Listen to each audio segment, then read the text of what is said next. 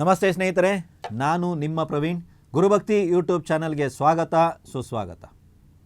ಪ್ರೀತಿ ಪ್ರೇಮ ಅನ್ನುವಂಥ ಹೆಸರಿನಲ್ಲಿ ಓಡಾಡ್ತಿರುವಂಥ ಮಕ್ಕಳಿಗಾಗಿ, ಓಕೆನಾ? ಯಾಕಂದರೆ ಕೆಲವೊಂದು ತಂದೆ ತಾಯಿಗಳು ಹೇಳ್ತಾರೆ, ಸರ್ ಈ ಥರದ್ದೆಲ್ಲ ಸ್ವಲ್ಪ ಪ್ರೀತಿ ಗೀತಿ ಅಂತೇಳ್ಬಿಟ್ಟು ಸ್ವಲ್ಪ ಅಡ್ಡದಾರಿ ಹಿಡಿತಾ ಇದ್ದಾರೆ ಮಕ್ಕಳು, ಅಲ್ಲಿಂದ ಸರಿ ಆಗಬೇಕು, ಅವ್ರನ್ನ ಏನು ಮಾಡೋಕ್ಕಾಗಲ್ಲ, ನಾವೇನಾದರೂ ಪರಿಹಾರ ಇತ್ಯಾದಿಗಳನ್ನ ಮಾಡ್ಬೋದಾ ಅಂತ.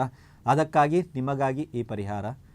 ಸೊ ಪರಿಹಾರವನ್ನು ಮಾಡುವಂಥ ತಂದೆ ಆಗಿರ್ಬೋದು, ತಾಯಿ ಆಗಿರ್ಬೋದು, ಯಾರೇ ಆಗಿರ್ಬೋದು, ನೋಡಿ, ಹತ್ತಿರದಲ್ಲಿರುವಂಥ ಆಂಜನೇಯ ದೇವಸ್ಥಾನಕ್ಕೆ ಶನಿವಾರ ದಿವಸ ಹೋಗಿ ಸ್ವಾಮಿಗೆ ವೀಳ್ಯದೆಲೆ ಹಾರವನ್ನು ಹಾಕಿಸ್ಬೇಕಾಗುತ್ತೆ. ನೀವು ವೀಳ್ಯದೆಲೆ ಹಾರವನ್ನು ಹಾಕಿಸ್ಬೇಕು. ಇವಾಗ ಈ ಹಾರವನ್ನು ನೀವು ಮಾಡುವಂಥದ್ದು ಅಥವಾ ವೀಳ್ಯದೆಲೆ ಯಾವ ಪ್ರಮಾಣದಲ್ಲಿ ಇರಬೇಕು ಅಂದರೆ ಎಷ್ಟು ಸಂಖ್ಯೆಯಲ್ಲಿ ಇರಬೇಕು ಅಂತ, 18 ಇರಬೇಕಾ, 21 ಇರಬೇಕಾ, 11 ಇರಬೇಕಾ ಅಂದರೆ ಇದೊಂದು ಸ್ವಲ್ಪ ವಿಚಿತ್ರವಾಗಿರುತ್ತೆ.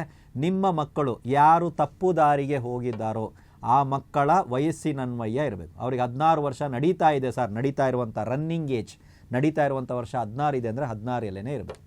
ಆದಷ್ಟು ಚಿಗುರು ಎಲೆಗಳಲ್ಲಿ ನಾವು ಒಂದು ಮಾಲೆಯನ್ನು ನೀವು ರೆಡಿ ಮಾಡ್ಕೊಳ್ಳಿ. ಅದನ್ನಾದ್ರ ಮೇಲೆ ಅಲ್ಲಿಗೆ ಹೋಗಿ ಆ ಮಗುವಿನ ಹೆಸರಿನಲ್ಲಿ ಸಂಕಲ್ಪವನ್ನು ಮಾಡಿ, ಈತನಿಗೆ ಒಂದು ಒಳ್ಳೆಯ ಬುದ್ಧಿಯನ್ನು ಕೊಡು, ತಾನು ಹೋಗ್ತಾ ಇರುವಂಥದ್ದು ತಪ್ಪು ದಾರಿ ಅನ್ನುವಂಥದ್ದನ್ನು ಈತನಿಗೆ ತಿಳಿಯಪಡಿಸು ಅನ್ನುವಂಥದ್ದನ್ನು ನೀವು ಸಂಕಲ್ಪ ಇತ್ಯಾದಿಗಳನ್ನು ಮಾಡಿ ಸ್ವಾಮಿಗೆ ಆಹಾರವನ್ನು ಸಮರ್ಪಣೆ ಮಾಡಿ. ಈ ರೀತಿ ಪ್ರತಿ ಶನಿವಾರ ನೀವು ವೀಳ್ಯದೆಲೆ ಹಾರವನ್ನು ಹಾಕಬೇಕು. ಎಲ್ಲಿವರೆಗೂ ಸರ್ ಅವರಲ್ಲಿ ಬದಲಾವಣೆ ಬಂದಿದೆ ಅಂತ ನಿಮಗೆ ಅನಿಸೋವರೆಗೂ ಅದನ್ನು ಹಾಕಿ. ಸರ್ ಪರಿಪೂರ್ಣವಾಗಿ ಯಾಕೋ ಮಗು ಬದಲಾದಂಗೆ ಕಾಣಿಸುತ್ತೆ ಅಂದರೆ ಆ ವಾರದಲ್ಲಿ ವೀಳ್ಯದೆಲೆ ಹಾರವನ್ನು ಹಾಕುವಾಗಿಲ್ಲ. ಅಂದರೆ ಕೊನೆ ಮಾಡ್ತಾಯಿದ್ದೀನಿ, ಈ ಏನು ನಾನು ವೃತ್ತ ಅಥವಾ ಏನು ನಾನು ಮಾಡ್ಕೊಂಬರ್ತಾ ಇದ್ದೀನಿ ಶನಿವಾರ ಇದನ್ನು ಕೊನೆ ಮಾಡ್ತಾಯಿದ್ದೀನಿ, ನಂದು ಸಂಕಲ್ಪಿತ ಕಾರ್ಯ ಆಯಿತು, ಕರೆಕ್ಟಾ?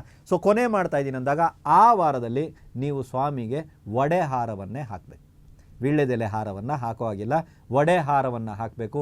ಆ ಒಡೆಯ ಸಂಖ್ಯೆಗಳು ಕೂಡ ನಿಮ್ಮ ಮಕ್ಕಳ ಏಜಿನನ್ವಯ, ಎಷ್ಟು ವಯಸ್ಸಿಗನುಗುಣವಾಗಿಯೇ ಇರಬೇಕು.